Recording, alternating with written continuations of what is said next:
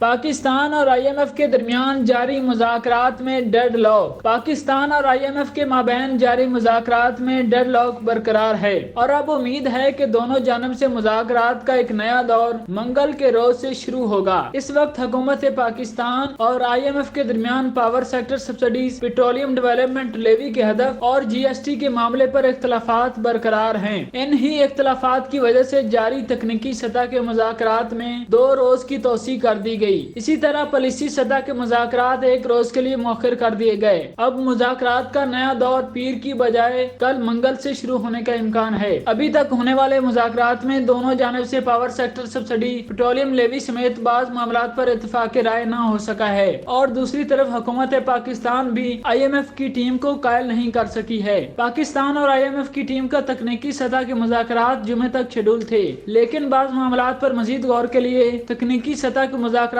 میں توسیع کر دی گئی تاکہ پالیسی سطح کے مذاکرات میں کسی حتمی نتیجے پر پہنچا جا سکے۔